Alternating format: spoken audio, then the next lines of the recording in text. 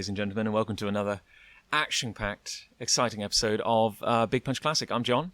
Do we know the demographics of our audience? You said hello, ladies and gentlemen. I'm just wondering what kind of people do we know listen to the podcast? Statistically, you could assume that at least one person would be a woman. I thought you were going to say at least one person listens to the podcast. Well, I'm sure when all 10 of them are in a room together, we could ask them. Yeah, but, both of them. I'm just trying to be inclusive. Take them out to dinner. Okay. Hello, everyone. Welcome to Big Punch Classic. I'm John. And I'm Chris Ray. And how are you? How are you doing? I'm all right, yeah. I was actually... the demographics I was you're being asking. rhetoric, yeah. Oh, Hi, okay. How are you? What are you doing? They can't answer you, John. You're looking good. To be honest, someone could be walking down the street and go, "Oh, I'm fine, thank you very much," and they'd look weird. Well, to be fair, we'd be the ones who look normal. Well, to be fair, we are looking very normal right now because we're recording this outside in a garden, which is why we have such lovely ambient noise. It's a refreshing change of pace. We're probably going to find, when we get around to listening to it, the refreshing ambient noise is in fact utterly deafening. Yes, and it just distracts from the whole thing. Can't hear a single thing. We are, I guess, surrounded on all sides by various cavernous structures. We have tall buildings on one side and a great big wooded glade. It looks like the kind of place that would create a good echo. But I don't know it. One can only hope, yeah. So we don't know. On the one hand, we're probably going to be disturbing the neighbours. On the other hand, it is mid-morning.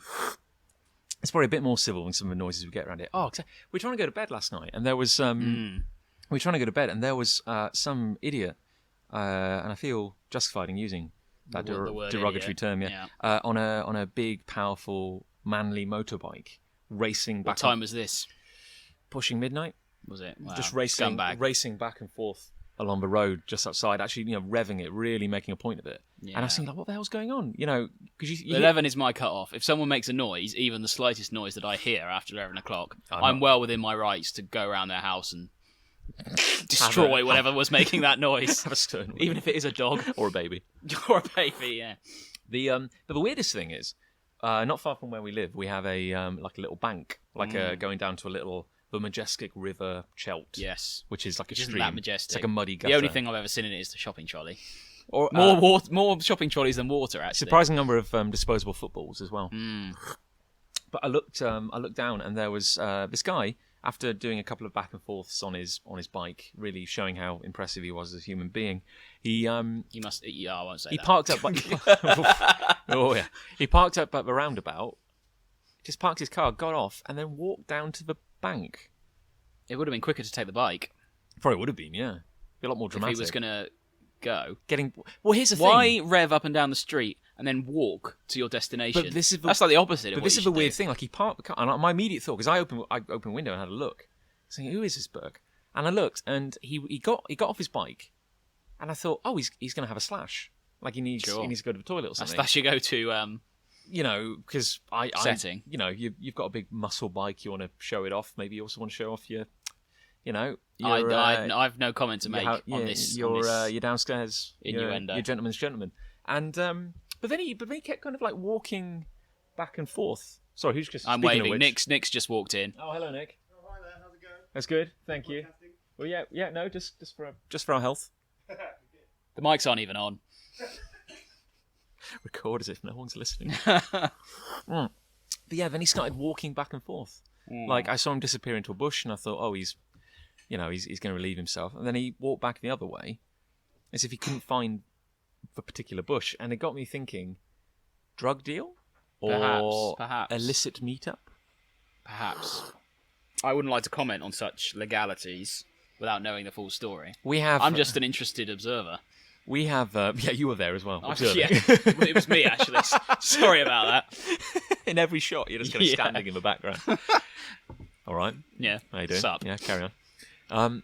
Speaking of like questionable legality, we have a slightly dodgy road not too far behind the housing estate where we're currently on. And you know this because you used to live... I used to live literally around the corner. Yeah, we used to share a house just around the corner. Yeah. And I know we've had visitors coming round and they've said, I parked my car in that road and I was just coming by. And there was this really weird gentleman kind of like standing by the footpath, just kind of like loitering. And it's probably a drug deal. He's a myth. It's probably a drug deal. He could be a myth. He's a myth head. Oh, hey, there you go. Now we've started. Delightful. Now we've started. How's your week been? All right. Stressful at work for things I won't commit to tape. No, things which we shouldn't be talking about on. But it's been all right. Can't complain overall. Got drunk on Wednesday, Very nice. which was very pleasant. What was the occasion? There wasn't one really. I think everyone was just in a bad mood. Let's go to the pub. Was that a work? That was a... I was with my girlfriend's work crew. Right. And inexplicably, when I'm there, things tend to escalate. It's funny, isn't it? I don't know why that is. I don't use the term catalyst very often. But However, it's it's a common denominator. We went to we had a glorious return to our pub quiz. It's been quite a while since we've done the quiz until last weekend. Well, I think the issue is we peaked. Well, we won it, didn't we? And then we sort of lost our motivation, as many champions. We won it. We limped on for a bit, and then we're consistently top 3. Well, although we didn't finish, we finished 4th, which means we're a bit rusty, perhaps. I would say for the longest time we were consistently second. We were the main threat to the team that always wins. There's this one team which always wins, and they always get booed in a kind of loving way. Yeah, everyone hates them. No, it's not really in a loving way. I don't know them. I wouldn't recognise them in the street. I just boo them because I don't like them. They're just, I don't like what they stand for. They're just invincible. They always have like such an incredibly ridiculous lead on everyone. The thing is, this quiz it's an interactive. For those of you who have done it before, it's an interactive laser. Yeah, laser. You do it through your mobile device, so your mobile phone, or your cell phone, or your iPod, gramophone, or your dial-up. Telegram. Yeah, and it's 10 seconds to answer a question. So if you are going to cheat, there's no point really. It's actually impossible to cheat. I don't think you should. You would cheat, would you? Because there's no Wi-Fi in that pub either. No, it's like a lead box. It is, yeah. So it is impossible to cheat. And then the person who gets it quickest gets extra points. Yeah. So there's benefit in just going for it. But it's always like the slightly confusing thing is that when you answer a question, it's either multiple choice. Yeah. Or it's say like which president was assassinated in a cavalcade. That kind of thing. And it's like the answer would be John F. Kennedy. Yes, exactly. So you'd have to answer. So then you get like an alphabet. You get all the letters, don't you? And you have to answer J. Yeah, that's right. And they always say like ignore the. So if a question. So if it was The Empire Strikes Back, for example, you'd have to put E for Empire. And you always have to put the first. Always go for the first name. It's not surnames or. So it wouldn't be Kennedy. That would be wrong. No. We did. We fell victim to that once with Lionel Messi. I recall. Yeah. Someone put in M before they realised what in God's name they were doing. Well, it's particularly hard with football questions where you do tend to think of people by their surnames, don't you? Yes, yeah. We have, and then there's maths questions as well. Maths also, or like name the year or something like that. So it's a calculator, effectively. And or there's a picture round also. Oh yeah, all picture rounds. But that then goes to the alphabet normally. Yeah, it's like, what is this? Who is this? Who is this? What puppet? Who am I, and why did I kill? Yeah. And which puppet maimed 30 of its co-stars? And you always. Before turning the gun. It was Chucky. The answer is Chucky. But they always have like a test round right at the start, and it's like, what is this? And it's like a close up of we know now because it's always the same questions, but it's a close up of a watermelon. Like really, do you remember that? Yeah, it is. Yeah. It's like so it's an interesting quiz. It's very, I think, slapdash would be the word. Well, in a perverse way, he is my favourite quizmaster of all time. The guy who runs it. I think that's part of the enjoyment of it because he's so bad. He's really, bless him. It's funny. He tries, but he's really incompetent. It's like the thing is like he reads kind of like the questions, not only as though he's never seen them before, but as if he's never read anything before in his life. Like, yeah, last week he confused the word martial and marital twice. Yes. Constantly answers are left off the screen, and then it turns out those are the correct answers. Yeah, it's like a multiple choice. Here are 5 questions, and here are 3 on the screen. And here are 3 of the answers. 5 answers, sorry, yeah. And then he confused the answers E and D last week. Yep. We've previously had 31 question rounds on botany. We've had rounds on mass murderers. Yeah, you see that this is. I think with the rounds, some of them come from head office inverted commas. Yeah. And then some of them he writes himself, is the impression I get. Are you suggesting that the ones which are riddled with spelling mistakes and odd grammatical symbols are... That's the point I'm arriving at, yeah. The thing is, though, it was like... occasionally there's like a sporting round, and we look to you and Pegram, because, you're very knowledgeable. It's nice of you to say. And then occasionally it's like... I think something like, it's a botany round, and everyone goes, John's got a biology degree, and I'm like, yeah, finally, it's my time to shine.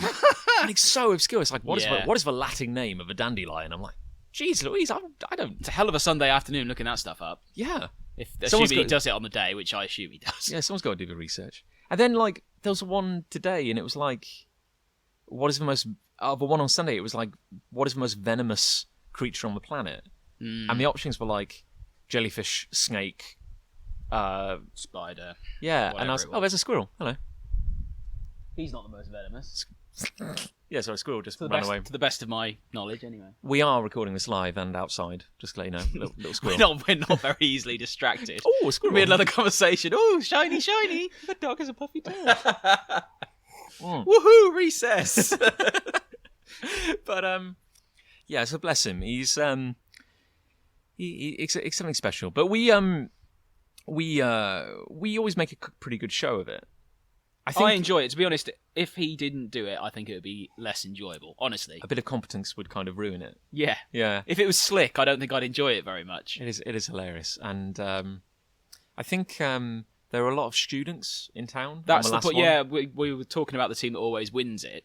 That's sort of the point I was going to make, that it's quite a young audience, isn't it? But really, the team that always wins are like in their 60s. Exactly. Yeah, so it's an unfair advantage of life knowledge. Do you suspect that if they are, as I may suspect, retired gentlemen, do you think they're like professional? I think they do the rounds. So I think this is like the Sunday night quiz is them just keeping sharp. It's not like it's not really much of a challenge. My mum does a lot of quizzes, and she's got a little notebook. So if there's an answer she doesn't know in a quiz, they'll get the answer and she'll write it in a little notebook. Does she classify it by like general knowledge? I don't know. I've never read the book. When Lucy and I first started dating, Lucy used to work in the student cinema when she was at uni, and she had a little book which she carried around, which was like notes on all the different screens in the Cheltenham multiplex, and like where was the best place to sit and which were the best ones. Best acoustics. It was very cool. I was very impressed, I have to say. One of the first things you saw. Here we go. And listeners, I married her. Here we go. But they always have like, even if we don't, because we've always been like nipping at the heels of that one team. Well, we've won it once, haven't we? Yeah. We've won it once. And maybe that's because, like, you know, if it is an age contest, like the winners are like 60, a team age of like average team age of like 60, I reckon. I think if they weren't there, we'd win it quite often. Is it, without wishing to sound is it because we're getting old? Because if like the other I think if part the of other it contenders are students and we have like at least 10 years on them, which is depressing in itself. Well, exactly. Yeah, we should get a kind of consolation prize for. And we did win the consolation. It's not really a consolation prize. It's actually more than the prize for winning. But they have a lottery at the end, don't they? So at the start of the quiz or before the quiz, you complete a sheet. And it's got a table, and you've got to put your names in of all the team members. You pay £1 each to enter the quiz. All these names then go into a hat or a bowl or some sort of receptacle. And the names are picked out at the end at random. And I think it's 6 people go up. Something like that. And they're asked one question. Now, last week, it was Peague's birthday on the Sunday. And he, September as luck would have it, September the 11th, as luck would have it, was called up to answer this, to represent us. Our quiz team. You could reach a situation which I think has happened before, where out of the 6 people, there's more than one on the same team. Yes, which has happened to us before. Yeah, but it's like we still didn't win. But I've done. Well, Pegram got it this time though. Didn't he? Well, yeah, I've been up with Holton, and I think Peagues went up with Holton once. The first time Peagues went up, the question was, pyramid one? How tall are the pyramids? To the nearest meter, something like that. He put 1,250, which would make the pyramids over a mile high, which is still pretty funny. The sheer weight of it is like adjusting. Planes would be crashing into it. It'd be changing weather systems. Yeah, it'd be an absolute nightmare. He didn't win that one, unsurprisingly. No, but he did win. The question was, how many miles do dog walkers walk on average with their dog? Not in general. They leave the dog at home. And the answer was 600 and something. Because he had a theory. He worked out roughly 2 miles per day, didn't 2 miles a day. You got to walk the dog every day. How many days in a year? 365, roughly. Yeah. I think he said 750 anyway. He was the closest. And we won £66. Which is more than the winners got, so screw you. I won it once with... the question was, to the nearest year... Oh, you did win it once. Yeah, it was like to the nearest year, when was the comedian Mike Myers born? And I kind of winged it. I kind of thought, well... You know, how old is Mike? What, 55? They didn't say, obviously, which would have made it a bit easier. Very easy. But I had to think, and he only had 10 seconds. And I was like, well, I was trying to picture him, thinking, well, he's he looks kind of like, I reckon he's a bit younger than my dad. Maybe like a bit older than my mom. I would have guessed he was about 50, early 50s. Yeah, I'm really bad at like, if you told me like, oh, he was born in X year, I couldn't, some people can just go, oh, that makes him like 55 or whatever. But no, I think I guessed 1963? Okay. And I think it was 62, so I was very close. Very close, yeah. Very good. I remember, that would make him, early 50s, roughly. Yeah. Maybe mid-50s. So. I remember when me and Titch were in Canada, when we lived in Canada, and when we first got in that first kind of month we were in Toronto, and I remember like this big buzz going around the hostel we were staying in, because there was like, apparently Mike Myers is in the coffee shop down the road. It's like, it's funny, isn't it, as a Canadian, that he would be in a Canadian coffee shop. That is strange. But apparently he was in town shooting The Love Guru, that classic. Doesn't ring a bell. No, I think that's, if I'm totally honest with you, I think that's kind doesn't ring a bell. I think that's kind of a problem, actually. But I believe there was a pivotal scene at the Toronto stadium that he was in town filming for. Oh, right. There was a film I remember, it might have been called The Love Guru or something similar, that starred Jimmy Mystery and Heather Graham. Jimmy who? Jimmy Mystery. He's an English Asian actor. And he was in a film, it was called The Love Guru or The Sex Guru or something like that. It's terrible. It's awful. Oh. It's like it's essentially a romantic comedy. Actually, yeah, I do know what it's you on mean. ITV2 a lot. Oh, wow. Yeah. That's all they can afford. No, I know what you mean now, actually. But Mike Myers isn't in that. I'm just trying to think if Mike Myers was in that, and I don't think he was. I know what you mean now, actually. Yeah, he's like, because he ends up almost becoming like a fake, like, relationship and sex guru, doesn't he? Yeah, and it turns out he's nothing to do with anything. He doesn't know anything. They just assume because he's Indian, he's like, he knows what he's talking about. There are connotations there which we won't delve into. Well, no, I think that is the thrust of the movie, isn't it? It's pretty much, like, yeah, that is it. What else has happened this week? I think, actually, no, because it's been obviously a few weeks since we recorded one of these now. Well, since we had our nightmare. Yeah. I had, it's actually going to be the worst anecdote in the world, because there's so much I can't talk about. But I, this is the X thing all over again. If you follow John on Twitter. Yeah, even I don't know about that. I got to spend a day working on a very secret project. I'm going to stay quiet at this point because I know what it is. You know what this is, yeah. And we thought it all happened very quickly. And basically, a friend of a friend got in touch and said, "Hey, we've worked together before. We need you to write some dialogue for a little project, mystery project, for a little game. Let's call it the Ninja Project." Okay. I like that because it's nothing. It's code name. Code name, right? So, or is it Project Ninja? So they say, look, we need you to write some dialogue for some games for this Ninja project. That's all I'm saying. That sounds awesome. And it will involve. We should do this.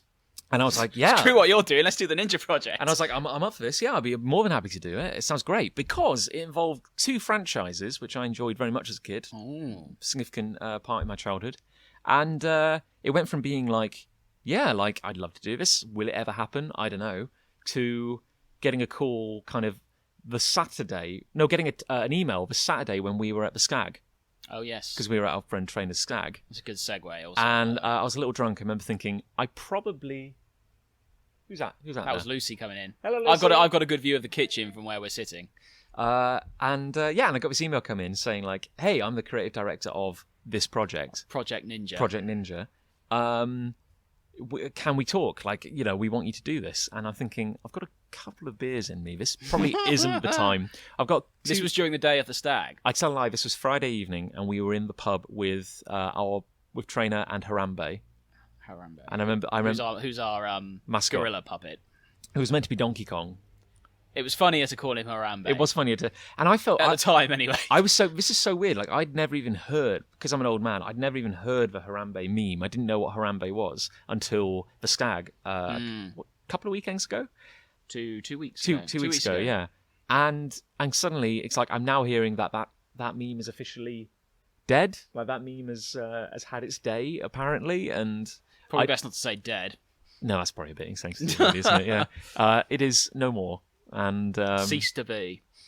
But and I remember thinking, I'm in a pub in Brighton with an oversized cuddly gorilla. Although there was news this week. Sorry to go back on ourselves, but there was a trend on Twitter this week, which some of you may have seen, which was Harambe McHarambe face, which, for those of you who remember the Boaty McBoatface incident, was one that tickled me. Although apparently it's completely fake. Oh, the Harambe McHarambe faces. Yeah, apparently a Chinese zoo had a vote to name their new baby gorilla. And the rumour was that Harambe McHarambe face had won it. But I think it proved to be false. That is Which is a shame, funny. really. Well, I mean, like, the world is still hurting after Boaty McBoatface. Like, promises were made, and what they called it? They named it after Queen in the end, didn't they? David Attenborough, not the Queen. Yeah, it was the David Attenborough. Although they called one of the dinghies riggers or whatever, like Boaty McBoatface. Boaty McBoatface. There's a compromise there. You could have two. You could have Boaty and. It wasn't really a Boatface. compromise. It was the fact they didn't want to name their boat. Yeah, no, which cost several £1 million. Boaty McBoatface, which is again a shame. This is why we can't be trusted. This is why we can't have nice things. This is why we can't have nice things. That's why the internet's not allowed to have nice things. Anyway, to be honest, I think I've pretty much wrapped up that anecdote because I can't really talk about it other than... It was good, though. I enjoyed it. For something you couldn't talk about, I thought you did very well. Well, it's nice because I had some... I took a day off from my day job and I sat on this very bench. Did you? I sat on this very bench. We're sitting on a bench. Factoid. By the way. Visual medium, podcasting. And fun fact. Here comes a plane ruining our audio quality. Actually. We didn't think of that. Just gonna let that. Oh, he's gone. Right, It's okay. fine, we're good. He's good. And I spent a whole day, 8 hours sitting at this bench, coming up with somewhat funny dialogue. Oh, I haven't read any of the dialogue. No one has. Oh. I sent it off, and I was expecting like reams of text back saying, "Oh, amends. Yeah, it's not good. Change this," or "We hate it." And I didn't actually hear anything, so I had to text the guy saying, "Did you? What do you think of it? Just love it. Really? Love it. It's great. Very good. Grand. I didn't know that. So invoices in the mail, and so there we go. Happy days. And apparently, like November, I should be able to talk about this. November. So that's 2 months roughly from now. 2 months indeed. And the exciting thing is that these will actually be voiced by a real person, an actor. An actual person. An actual person. You were about to say it. No. By an actual person of whom I am a fan. So that's very cool. Yes, it's me. And he's here. And he's here today. But yeah, I think that's kind of it. I mean, in terms of other roundup, the Kickstarter has been running for 3 weeks now. It has. You're into the last 8 days at the time of recording. Yeah, there's been some ups and downs. It's been a slow burn. I was talking to someone about this behind your back last last night. Yeah. I feel like you've had to work harder this time. Would that be a fair assessment? Absolutely. There you go. Absolutely, Rev. Oh, thanks. No, good. I thought that was the case. No, and I'll tell you why. I think in the last Kickstarter, I kind of had a.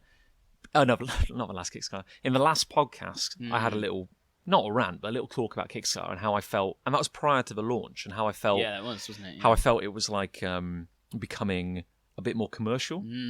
And I feel I've been proved right this time around. And the most frustrating thing is, I know, it sounds arrogant, but I know we have a fan base. I know there are people, and every time we make a fan, every time we get a new reader, it's an engaged, I thought, it's an engaged fan, like a fan who kind of comes back and buys more books and enjoys and cares about a series. It has been so hard to reach those people. I had a guy this morning contact me, and he backed my original Kickstarter way back when. And he emailed me and said, like, "Hey, I just found out you're running a new Kickstarter. Can I get extra new copies of the original digital downloads I had, because I've lost them?" You said, "Yes, you can, by backing me on Kickstarter." Wait, yeah, here's the thing. and I was like, and I said to him, "Certainly, here they are. By the way," just a quick question, "how did you find out that I'm running this Kickstarter? Because I've been emailing all my previous backers." Yeah. And he didn't seem to know about that one. You know what I mean? Like, so it's this horrible suspicion that some of these newsletters, if that's the right term, do by default go into spam, though, don't they? That's why I wonder. No, it's not a reflection on the content. Because it's like necessarily. But it's like, if you added up all the previous backers we've had for book 3 in the series, and all the backers we had for the collected edition. Yes. And assuming they enjoyed it, I mean, for all we know, they could have hated the books. But has anyone ever told you they hated them? No. Well, there you go. But it's like people who back and I wouldn't welcome them either. No, and I those go straight to spam. Yeah. I have like a keyword search. Bad, hate. Just straight into the deleted folder. Disagree. Yeah. Block that email. But it's so annoying, and I can almost guarantee that whatever the outcome of this Kickstarter, the moment it ends, I'm going to have people come up and go, "Oh, I didn't know you were running a Kickstarter." Yeah, it's annoying, isn't it? And Facebook in particular, I feel we've been, because we're coming up on 70% with like a week to go, eight days to go. What is it? So next Sunday. It's going to end at like 8 a.m. Monday morning. Gotcha. So I know it's going to it always picks up in the last... What date is that for the benefit of our the listeners? 26th. 26th. So like 8 a.m. on the 26th of September, and we know it's going to kind of like pick up at that point. Yeah. Because it always does in the last week. You get this kind of lull. It's curious, isn't it? It's the psychology of it is very interesting. But it has been a challenge this time because I've really been doing everything I can to reach out, engage with people. But we haven't really been getting the random Kickstarter backer, like the person who just browses Like Kickstarter. you had for Sandwich Masters. Exactly, or the Book of Life, which was great. But it's interesting because Kickstarter now has this policy of projects we love as an official title. And if do you have to give them money for that? No, it's entirely arbitrary. And this is a weird thing, and it doesn't. You're looking at me like that's not true. No. But this is the randomness of it. It's crazy because it's nothing to do with fame, although that kind of has something to do with it. It's nothing to do with length, money asked for, quality even. It's simply like a member of the Kickstarter staff is browsing Kickstarter, is their job. Yeah. And they go, I quite like the look of that project. Good job. So they give them a little blue heart. They get like a little symbol. I understand. And the moment you get that, you get promoted into a whole new area. And then someone else would assess it from there, Well, potentially. or you are automatically front-loaded. Oh, right, okay. So if you go and browse comics on Kickstarter, what you see are the projects we love, first and foremost. Yeah, I got you, yeah. So then, but the annoying thing is, if you sort it by popularity, we're quite high up there. But you're not you're not blue-hearted. No, and all our peers in that area are blue-hearted. Yeah. So I can't help but feel if we just had this magic kind of the finger of God came down and gave us a little tick of approval, could happen. Could be happening right now. Well, just another little case story, which is weird. Like when we ran Sandwich Masters, we were struggling. Yeah. We had a good rush, then it kind of petered out, and by kind of like week 3, we thought, oh, this just isn't going to happen. We're just going to have to resign ourselves to the fact that this isn't going to work. You know, and at the same time, we were getting a bit disheartened because, like a couple of days after us, another card game launched. Yes. Similar size. It had exploded. Made like $1 million like the first day. And we learned... That's insane, But we learned after the fact. It was like a kind of very Hogwarts, very Harry Potter inspired. It was called like Wizard School or something. And it was trademark. Like... Yeah, it was copyright. Something like that. Oh, God, don't say that. And, Jesus. Sorry. But I think they'll take that out, John. Yeah, we'll cut that I wouldn't out. worry about that. Yeah. But the thing was... but it was... But that just went massive. And we learned after the fact that was part of a big company with a big fan base and a big kind of drive behind them. And so we were just like the little company that, was struggling. But then on like the start of the third week, we woke up and we'd made crazy, like so many people were backing us. And we thought, what's happened? And it was Kickstarter had made us project of the day, which I don't even know if they run anymore. To show the impact. Well, here's the thing: like literally, out of every project on Kickstarter for 24 hours, we were the numero uno, and we got so much interest. Yeah. So this is the baffling thing: like the product didn't change. It's not what you know; it's who sees it. Yeah. So like clearly, if people saw our project, they were like, "Oh, quite like that. I'll back it." But if people don't see it, they can't like it. Yeah, and this is the most frustrating thing because I know we have like we've got like 500 followers on Facebook. I've got like 1,000 or so followers on Twitter. I know like a lot of those are bots and kind of similar. They're not all fans and stuff. It's all good for statistics. But it's interesting because like I know for a fact that we have a fan base of a certain size, but I know only like a tenth of that has kind of backed us on Kickstarter. And this is the most frustrating thing. Like Facebook has, I feel, kind of screwed us over a little bit because you just can't reach your followers now unless you pay for it. Yeah, you've been doing a few sponsored I tried a few sponsored ones. A lot of ones, noise out there, John. This is the danger. And of course, noise. the annoying thing is you don't want to pester the same 10 people, the same 100 people all the time saying, here's a Kickstarter. I'm like, we know, dude.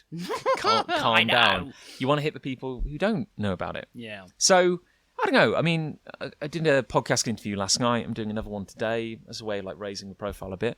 But I'm reaching a point now where I don't know what else I can do. I really think I have exhausted all my options and I've just got to ride it out now and see what happens. Well, that's the thing. As long as you feel... Oh, and I would agree with you that you have done an awful lot. I've tried. Well, really.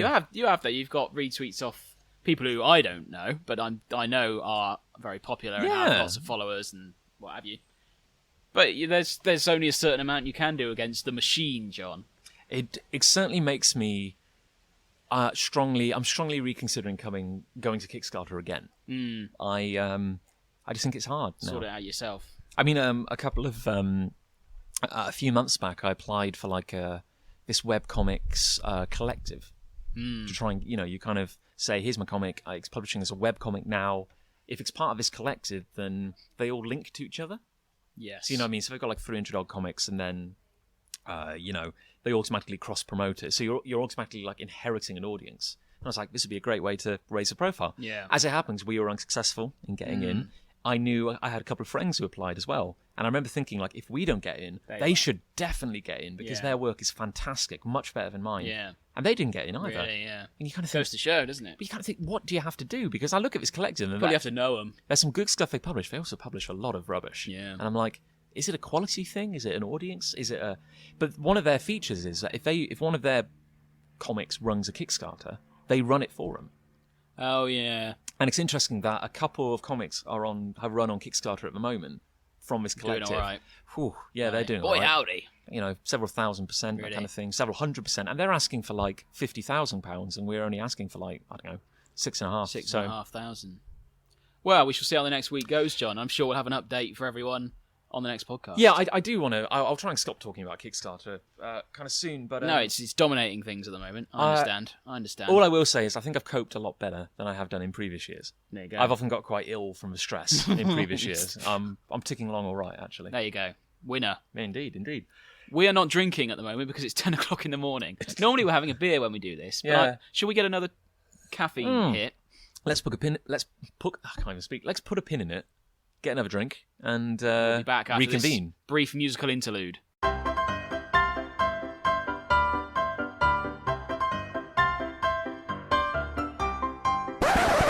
And we're back in the room. Welcome back, everyone, or the garden. Well, not technically a room, is it? We're back in the outdoors. I've been reliably informed off camera, off mic, that I talk about Kickstarter too much. So You say you're not stressing about it, John, but you're. I'm fine. You are. I'm absolutely fine. Don't interrupt me. I'm obsessing about it. You're obsessing about it. No, This whole operation's obsessing about it. No, you're out of order. This is nice tea, though. It's nice, yeah. What? Decaf, it turns out.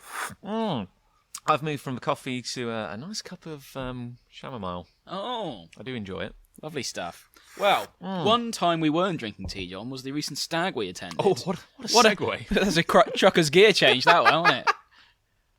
Let's ring another half hour out. Let's beat this dead horse some more. Well, you're right, Rev. We were on a stag do. Do you want to tell us more about it? Yes, I'd love to. We went to Brighton. It was lovely. It was. The weather wasn't, but...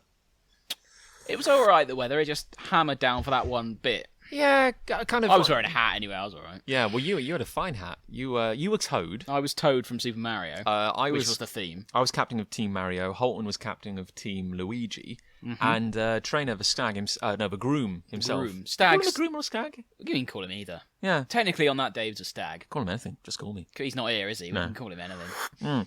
But yeah, he was the groom, the stag. But he was Yoshi. He was. I'm like we sorted that one out. Like a very good sport. He ran around wearing a Yoshi. It worked better than I could possibly have looked imagined. Fantastic. I think the tail kind of made it. To be honest, it was better than I imagined it would be. I ate a bison burger? No, a horse burger. I ate a horse burger. There were all sorts of burgers on. We went to a bar in the Brighton Marina. Yes. Which I liked very much. I liked it a lot, actually. I thought it was good.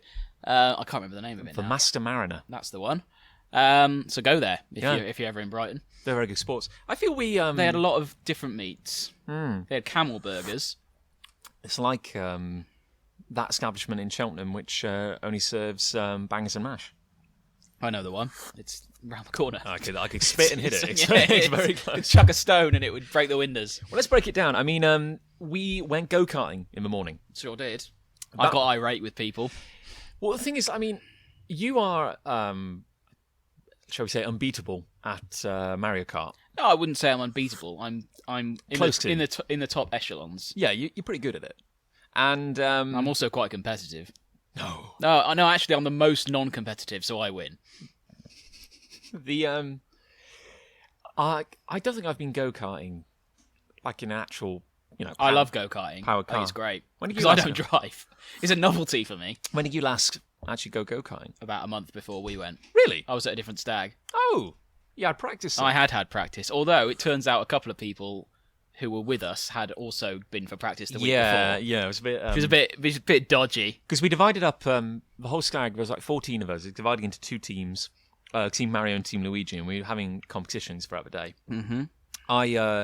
And later on, we were all wearing Mario costumes. They're kind of like slightly Mario and Luigi costumes. That's right. Yeah. Slightly like low rent eBay. I think it was fairly obvious what we were. Yeah, I mean, everyone had like a fake mustache, white gloves, a cap. Well, we arrived late to the pub because we were waiting for a couple of stragglers. Yeah.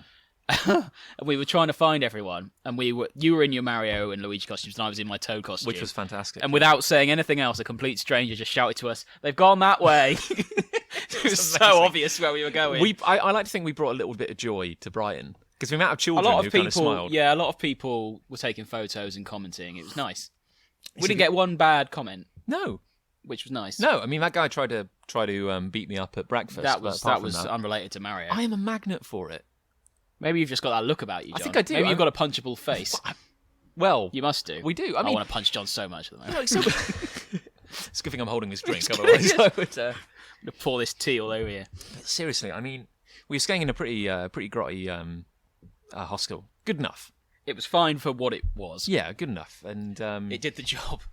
We didn't die. That was good. You always get those people in hostels who are clearly like professional hostel goers because they can just sleep through anything.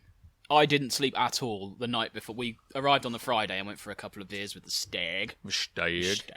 And I did not sleep at all that Friday night because people were coming in late and whatever. Because I was separate from you guys. Yeah. You were in the back of the room, dorm, whatever. I was near the front door. Just did not sleep. That was all right though. I powered through. I had a power nap. I remember in the morning. Oh god, I remember like a light was on for the longest time, and I remember kind of half sleeping, tossing and turning for like 2 hours or so, or however long. It could have been 10 minutes for all we know, and thinking someone's got to turn my light off. And did you do it? Yeah, I got off the bunk and. So the thing is, some people don't want to because they're worried someone's going to kick off in a hostel. It was like, that's the impression I get. Who's going to sleep with that on? And then, like, I think another stag do came back, and they were on the floor above us, and it sounded like a tap dancing herd of elephants. Yeah. Anyway, so aside from some random crazy guy trying to beat me up at breakfast before we'd even started the stag, that was like 9 o'clock in the morning. I think, as I said at the time, I think the party ended in like '92, and he just never went home. Yeah. I think he has some problems. Manchester's missing its village idiot, I think. But we went go-karting, and we were dividing into 2 seemingly arbitrary teams, but all the people who were athletic, sporting, and... It was, because I divided the teams, because in my role as Toad, I was sort of the guide, I suppose. Yeah, you were like the peacekeeper. Yeah, in a way. Although I kicked off at go-karting. So I did the teams. Yeah. To be honest, it didn't register that I was doing such a terrible job. No, well, it wasn't. No, not at all. I think just the way the dice fell, basically Team Luigi were representing. They were doing really well, and I feel like Team Mario were... I think Team Mario caught up. Yeah, we were... A bit. Yeah, not a lot. No, we were kind of... I think like the top 3, the podium positions were all Team Luigi. Yeah, I think Larry, Rich... Mayo, and Andy. Yeah, I think those 3 were the top 3. Now, the thing is, the thing that bugged me is I surprised myself at how much I enjoyed it. Like, I knew it'd be fun, but I didn't realise it'd be quite that fun. Like, it was kind of, it was fantastic. But you really get thrown around, don't you? Like, it was... the go-karting, yeah. It's really... All of us were really sore after doing it. Oh, yeah, it hurts afterwards, yeah, definitely. I surprised myself at how aggressive I was. You do, you get... Even if you're not that competitive, and I, in all seriousness, am quite competitive. But even if you aren't, you do... feel it. I got flagged for well, not flagged, but like a kind of flag warning. So they flashed like a little sign at me saying no bumping, like no kind of like. We had to stop the race because I was barged so emphatically. Yeah, because you span round or something, didn't you? I spanned 180. Who did that? Was that? That was Rich Mayo. Yeah, they were doing it deliberately. They claim that no, he did. He admitted afterwards he did it deliberately. Yeah. So anyway, I got bumped back up, but by then the rage had taken over. Yeah, Completely lost my cool. Well, the thing is, like we after the time trial to set podium positions, no pole positions and such, I was I was 7th, I think. And even then, I was like one of the highest ranking Team Mario guys. So we had like a little meeting. And we were like, okay, me and Roberts, we have the best chance of knocking people off the podium. Yeah. So we're going to try and like take them, and then when we knock them back, you guys, rest of the team, have just got to keep them there. That's the idea. Run interference. Like you have to just be as annoying as possible. And I got a really good start, and I immediately hit 4th, and I kept that for so much of a race. And it was so annoying because I was so close behind Larry. Like I knew I could have taken him. And then they have this thing where, like, if the yellow lights go, you have to stop and go to like a walking pace. And then if the red lights go, you have to come to a stop. Yes. And I know they did. And they didn't, basically. They did a red light. Are you suggesting they cheated, John? I am suggesting that the red light came on, and like a good boy, I put my brakes on, whereas Larry coasted to a gentle stop about half the track. He went around 2 hairpins, and he was looking at me as he did it. He knew exactly what he was doing, and I could have clawed it back. I got close, but I collided with Howard, who was coming last, and we lapped him, and I was trying to get past him, and I bumped into him, and we both came to a stop, and it was gone at that point. There was no bringing it back. It was a hell of a lot of fun. Actually. Yeah, it was a hell of a lot of fun. Everyone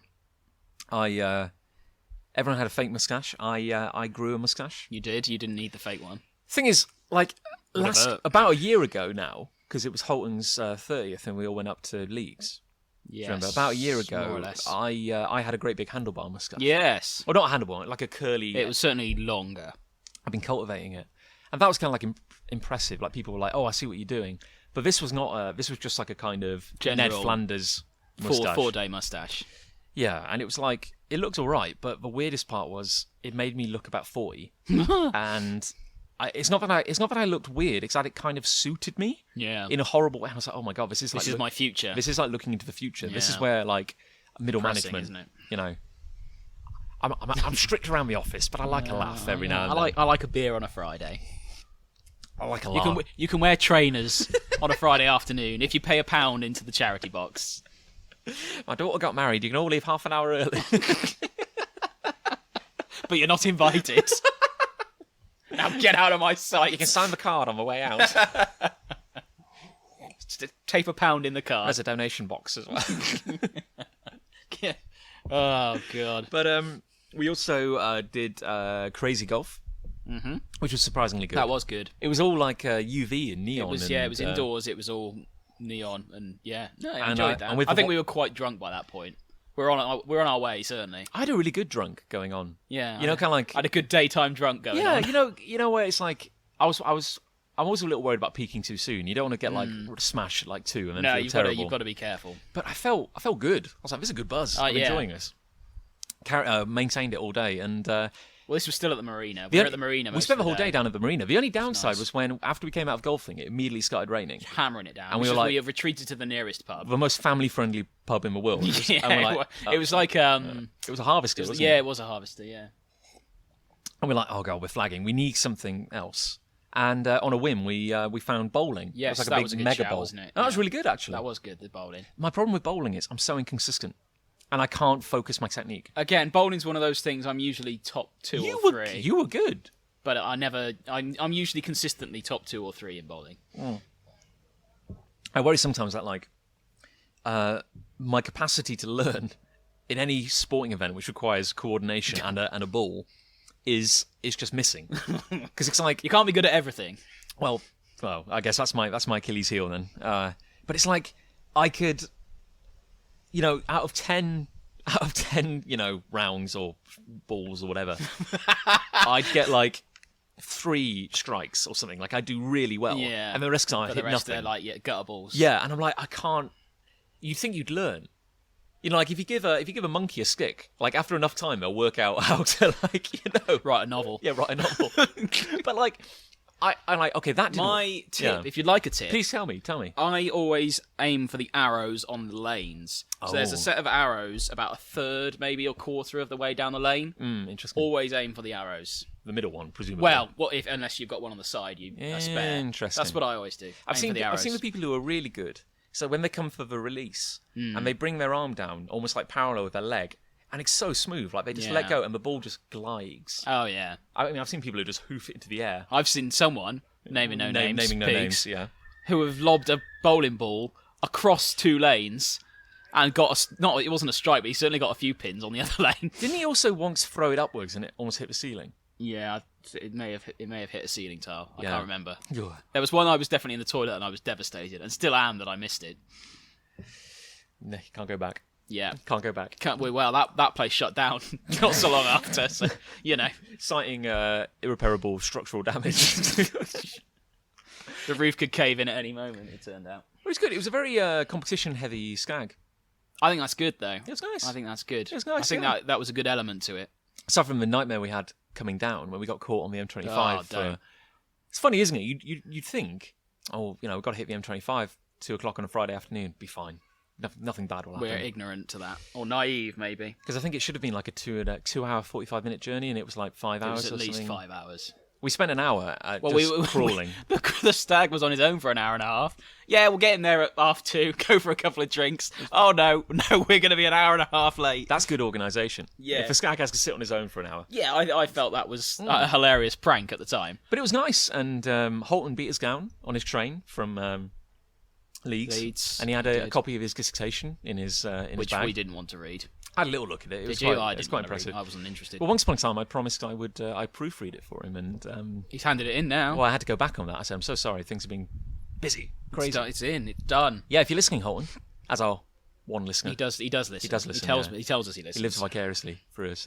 Congrats, did well. He'll probably respond to this. He thinks we're in the room.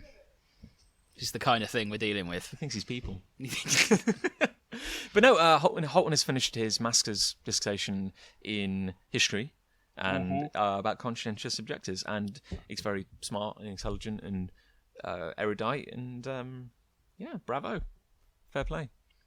I've got nothing to say about it. On the subject of stags and weddings and the like, I have a calendar event which has been flashing at me this morning. Simply just says wedding trousers. Oh. At the moment, you're going to be bare-bottomed. Yes. Oh dear. And sorry to hear that. I'm not one for boxes. That would be a good story though for a wedding. It turned out the groomsman didn't have any trousers. Yeah. Turns out. We worked out. Oh no, I've forgotten to put on trousers again. Again, yeah. Oh, not again. The police warned me about that. It says guilty. It's spelt wrong. It still says written on a cocktail napkin. And guilty is spelt wrong. We're coming up on Trainer's actual wedding now, which is second weekend of October. That's the one. We haven't discussed any of our best menly duties. I'm sure that will come up at some point on the day. Got to work out. As we discussed, I was the best man earlier in the year, and I was still writing my speech 5 minutes before I stood up to do it. So. I don't doubt that we could. I think we can wing it. Yeah, but we need to who's gonna look after the rings? Who's gonna? Yeah, we'll do rock paper scissors. Yeah, no, it's fine. I mean, maybe we could all hold on to the ring at the same time. We'll definitely lose it if we do that. Like we always have someone's finger will slip and it will fly up in the air and fall down a drain or something like that. Here's a hula hoop. A series of improbable events. You lost the ring. Yes, but I gained you a very funny anecdote to tell your grandchildren. But in other news, look at the bigger picture here. I think you need to shut up. Stop thinking about yourself. It's not about you. This is my special day. This is my day. Just because I'm not wearing trousers. But speaking of trousers, I need to buy new trousers for my suit. Yes. I put on weight. Well, these things happen, don't they? Yeah, that's very diplomatic. Thank you. I've got weight. Everyone puts on weight. Yeah, you can lose you're lean, though. Oh, thanks, John. Yeah, you've lost. Nice of you to say. Yeah, you're honed, muscular, powerful, like a tiger. Stocky. But no, because I have two suits. One is a lovely new blue suit, which I was very much hoping to wear to Ditchburn's wedding. But you didn't attend. I missed the stag and I missed the wedding because I was in hospital both times. Allegedly. And Trainer has announced that he would like the best men to wear grey suits. That's what he said. So I'm going back to my old suit. And sadly, I wore it to a convention a few weeks back because I wanted to look smart. Oh. And I realised about halfway through the day that these trousers are very tight. This is quite uncomfortable. I need, if it weren't for the belt, I was kind of like button undone, even kind of like zip. That is an unattractive image, John. Well, but it's hidden, and the belt hides a lot of sins. But really, the belt was structural. The belt was really, really holding it. Structural. The belt was holding it all in. It was a load-bearing belt. Yeah. And the whole thing's gonna come down. I couldn't do that button. That was bad. So I need new trousers. Because this would be the third pair of trousers now I've had with this suit. Because when I got it, I was much more slender anyway, and also I dare say a little bit vain, and I had the option to go up a trouser size, and I was like, no, it'll be fine. I've already bought a replacement pair. Everyone likes to look good in a suit, though. Yeah. Show me someone who doesn't want to look good in a suit, and I'll find you someone who's given up on life. I mean, that's my motto. Well, there we go. I mean, like, I need to be comfy. I don't want to be sucking it in. Oh no, you need to be comfortable, but there's no reason why you shouldn't be comfortable and look good. Well, I mean, I'm not saying like have a girdle or anything. I just no, I am. I just need a you're letting the side down in. You need girdles for all. or a cummerbund. Yeah. You I'm not a fan. My understanding is, have you had to wear one as a best man? No. I think they look stupid. They're a bit weird. My understanding is that we're all going to have like a matching tie. Yes. Yeah. We get given the tie, so we can keep that. Oh, that's nice. But I don't know what colour. No. I mean, is it red or... No, it's not come up. Orange or... Could be like... turquoise. I guess everything goes with grey. I mean, my suit is not actually grey. It's like charcoal. So not black, not grey, kind of somewhere in between. Doesn't Holton have a properly grey It's light suit? grey. Yeah, so I have light grey trow, which I could buy a jacket for. Drop trow. Yeah. I don't know. Yeah. I'll figure it out. Well, here's a question. It'll Like, be maybe fine. we should. I have a lot of suits. I have like 6 or 7 suits. Yeah. And none of them are grey. Well, Just a nightmare, really. well, fair play. I mean, dapper gentlemen. We should maybe coordinate. It'd be nice if our palette at least was similar. It would be fine. I mean, like there's grey and then there's grey. I mean, Holton looks like a beetle. We could be like a gradient. Oh, if you'll pardon the pun. That's very nice, actually. Yeah. But yeah, I need to get some new trousers. I've had the offer of Robin has said that I can borrow his suit if need be. You'll be fine. Yeah. We'll sort it out, John. We'll sort it out off mic. I'm not sure. To be fair, like Robin is my brother. He's become quite hench. Has he? He's become quite muscular. Good for him. I feel intimidated. I feel afraid every time I go home. And people will be afraid of you. I feel you will look grotesque, and people will be scared of you. Who is that? What's his name? Jack's Films. Very funny. Yeah, he's very funny. You should check him out. Link him in the description. Put a link. I will. I'll put a link. Put a link on the SoundCloud. Maybe he'll link to us. Unlikely. No, he won't. Very unlikely. He's got 1 million followers. He doesn't need us. But no. Every time I hug Robin now, I'm like, oh wow, working out. Break a few ribs. He tenses at me and I flinch. Yeah. I'm sorry. But no, I think popping to town after this, buy some trousers, maybe some shoes. Most of my shoes have holes in. I'm not sure you're prepared for this, no, John. No, my smart shoes are fine for the wedding. It's more like my day-to-day shoes. What are the things that you, as a best man, expecting to have to deal with? I'm interested to what I'm you believe you have more experience. Exactly, which is why I'm quizzing you. But I'd heard that like it is. I mean, well, let's work our way down the list. Looking after the rings, delivering a speech, getting the groom to the church, getting everyone to sign the book. If there is a book. If there is a book. I don't think I had to do that. Yeah. But is that it? Am I overthinking it? That was pretty much what I did. Fine, yeah. So how did you get Ditchman to the wedding? We walked him. You just walked him? Although he kept wandering off. He was supposed to be at the altar and he kept wandering off. Come back here. Well, this is supposed to be getting married. Clearly, this is why this is why you need best men or a best man, because they just kept going to say hello to people. I said, "Come back here." Easily distracted. You'll see them later. Yeah, we've Lucy and I even started having a little chat about our wedding. Oh yes. Yeah, we're thinking low stress. We want to. The question is, like, when do we squeeze it in? You don't need stress. Because a lot of people are getting married next year, including our good friends Nick and Ali. Mm-hmm. And the trick is finding a weekend. People get married almost every year, I find. It's crazy, isn't it? Yeah, there's always people coming together. And but we're thinking summer's probably going to be a bit packed. Maybe at a push we could get like a winter wedding in.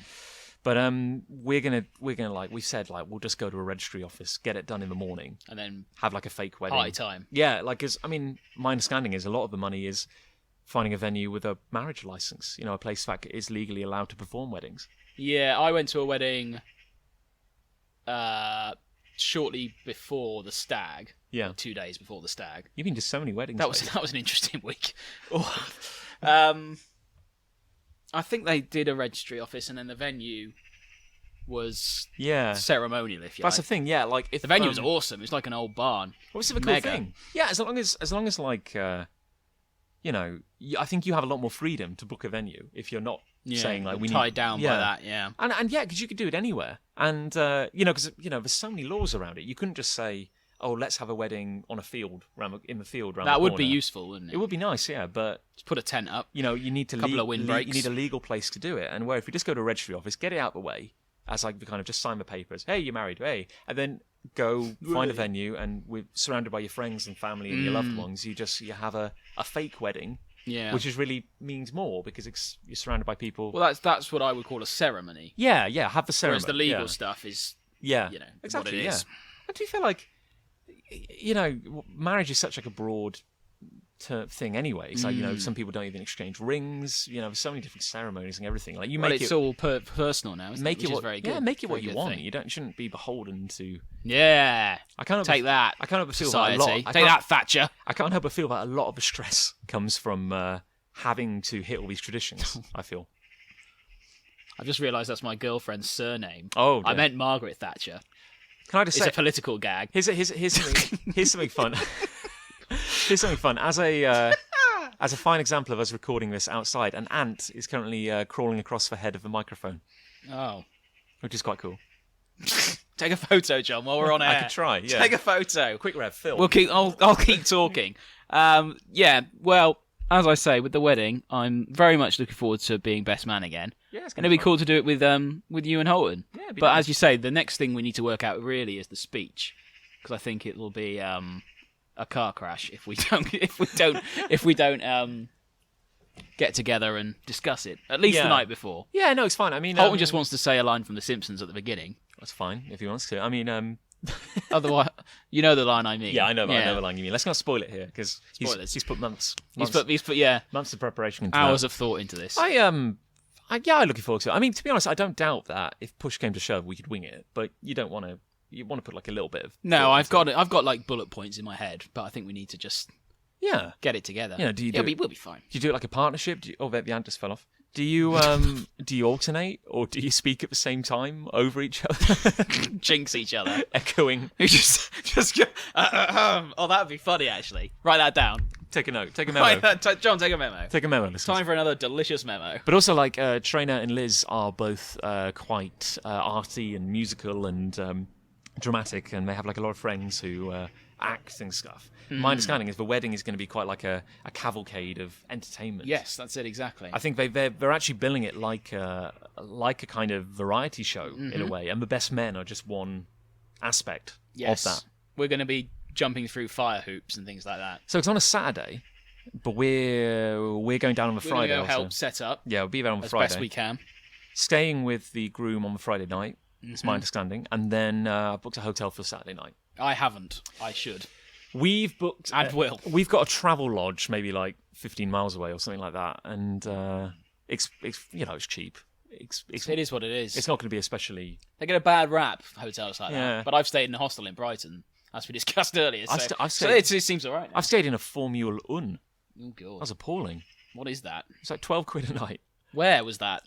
This is London Barking. Oh blimey. This is for the Excel Centre, and we often stay at a Ibis budget, which is pretty cheap. Ibis budget is excellent for what you pay. For what it is, yeah. We went to one for the stag I arranged earlier in the year. Yeah. I thought it was great. Yeah. You get a bed. You get a shower. Where's that check from Ibis? Where's that check? Oh, they're grand. You should check them out. You get a bed. You get a sink. You get like a form-fitted, plastic molded shower unit. It's like a little pod room. Oh, I know what you mean. Yeah. You're getting an Ibis budget then. Yeah, we're talking about. Yeah, we're on the same page here. Yeah, you were talking about Formula 1. Yeah, I'm getting onto that. Formula. Right. So bear in mind the level of luxury you get in an Ibis budget. It is luxury. Now halve that, halve it again in size or quality or quality, and you get a Formula 1, right? Which doesn't even have like a staff running it. Like there was an do what you want. There was an Ibis budget around the corner. You kind of like checked in. And then they say, right, here's your key. And for this rare moment, I thought there'd been a mix-up, and we got to stay in the Ibis budget, and like hope got snatched away from me. So you had to go over to a different hotel. We walk around the corner. It looked horrible. A shack. Yeah, like the door was like rickety, like not kind of working. You swipe the card, you go in. We go up to our room, and there is a TV, so that's something. That's good. Did it work? Yes, I want to say. And I want to say there was also a sink. Nice. That's what you want. carpet was filthy. That wasn't a carpet. The bunk bed. Dead animals. A petri dish. Yeah. The bed was like really like rusted like metal frame, and no toilet or shower in the room.